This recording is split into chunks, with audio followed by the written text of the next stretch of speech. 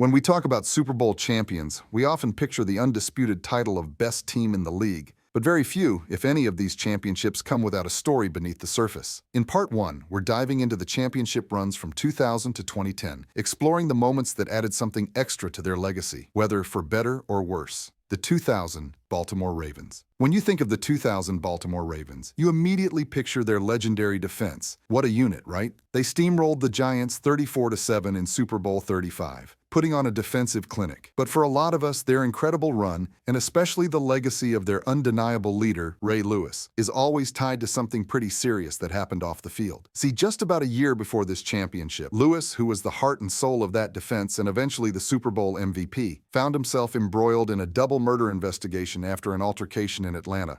Now, the murder charges against him were eventually dropped, and he pleaded guilty to a misdemeanor charge of obstruction of justice. But the thing is, this was all playing out, or had just played out, right before and during the season where he was dominating. Could a different outcome have sidelined him, altering that entire championship? A lot of people honestly think that it might have. The 2001 New England Patriots. For a lot of us, the 2001 New England Patriots Super Bowl 36 win over the St. Louis Rams was the true beginning of one of the greatest dynasties in sports history. Nobody saw it coming. But if you dig into that origin story, you'll find not one, but two significant asterisks that many fans still debate to this day. First up, the tuck rule game against the Oakland Raiders in the AFC Divisional Playoff. Picture this. Snowy conditions, late in the game, and Brady looks like he fumbles the ball. Game over. Season done, right? Nope. Refs review it, and suddenly this obscure tuck rule comes out of nowhere. It said that if a quarterback's arm is moving forward in a throwing motion, even if the ball clearly comes out, it's an incomplete pass, not a fumble. The call stood, the Patriots kept possession, and they went on to win in overtime. Honestly, as a fan, that rule was baffling at the time, and its application here was just unbelievably timely. It feels like the football gods handed them a lifeline, doesn't it? Then there was Spygate.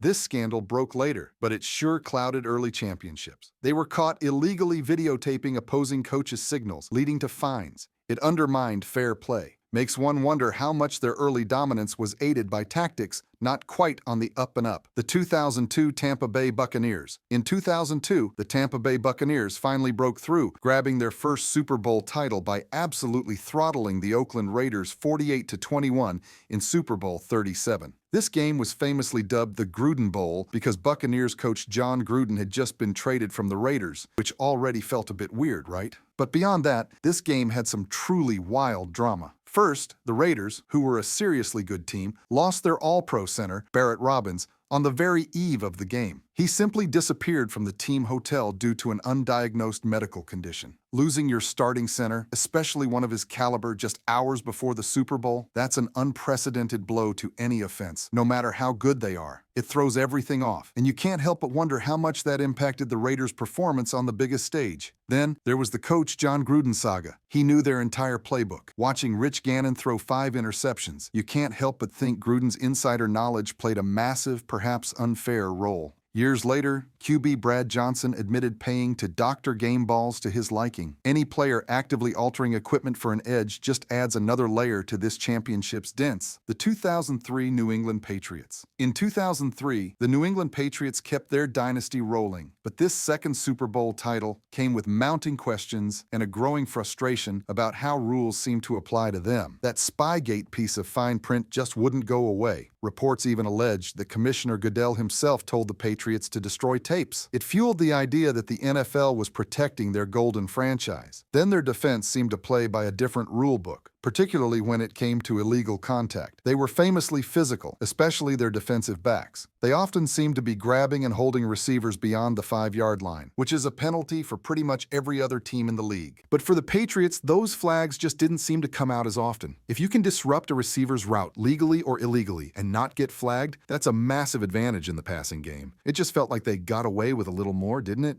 And in tight games, those uncalled penalties make a real difference. The 2005 Pittsburgh Steelers. The 2005 Pittsburgh Steelers secured their 6th Super Bowl, a storybook ending for Jerome Bettis. Yet, this game remains hotly debated thanks to baffling officiating consistently favoring Pittsburgh. From early on, the game's flow felt off. Think back to that crucial Seattle touchdown pass to Darrell Jackson that got called back for offensive pass interference, a call that frankly looked incredibly soft to most of us watching. Then there was Ben Roethlisberger's disputed goal line dive. On the field, it was ruled a touchdown, but countless replays from every angle made it seem like the ball never actually crossed the plane. The side judge even signaled it dead before changing the call. These weren't minor moments. They were huge swings. The real fireworks came in the fourth. A questionable holding call on Sean Locklear killed a key Seattle drive. Later, a mind-boggling low block on Matt Hasselbeck after an interception set up Pittsburgh's clinching score. Even the head ref later admitted kicking 2 calls. While the NFL never officially backed that up, the sheer volume and timing of these calls,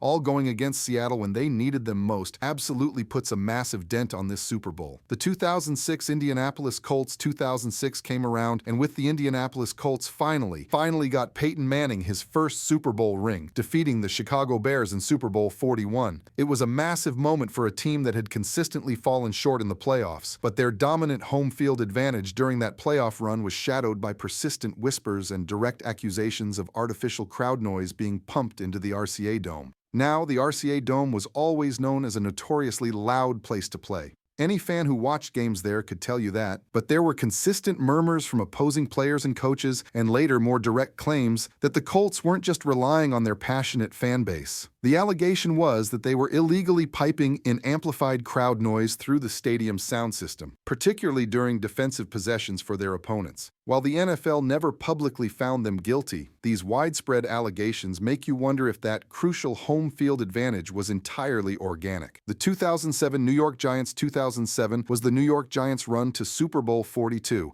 upsetting the undefeated Patriots. It was pure cinematic magic, so it feels almost sacrilegious to put any question mark here. Yet, if we're thorough, the issue was not about their play, but how they acquired QB Eli Manning. Back in the 2004 NFL Draft, Manning unequivocally stated he wouldn't play for the Chargers, who held the first pick. This public stance effectively forced the Chargers into a trade with the Giants for Phillip Rivers. While it paid off spectacularly for New York, this was a highly unusual acquisition. A player dictating his destination bypassed the traditional draft process. For some, that fact alone puts a unique foundational dent on the entire Eli Manning era. The 2008 Pittsburgh Steelers. In 2008, the Pittsburgh Steelers, a tough and gritty team, secured their record-setting 6th Lombardi Trophy. They earned that win, no doubt, but for some fans, their path to that championship looks different due to a massive issue that was, to be fair, outside their control: the unexpected removal of their biggest hurdle. I'm talking about the season-ending injury to Patriots QB Tom Brady in Week 1. Brady tore his ACL and MCL, taking him out for the entire year. For almost a decade, the Patriots with Brady had been the ultimate roadblock in the AFC, consistently knocking other contenders, including the Steelers, out of the playoffs. They were the team to beat. With Brady sidelined, the Patriots, despite a respectable 11-5 record, actually missed the playoffs. This meant the Steelers didn't have to face their arch-nemesis, their toughest historical opponent, in the AFC gauntlet.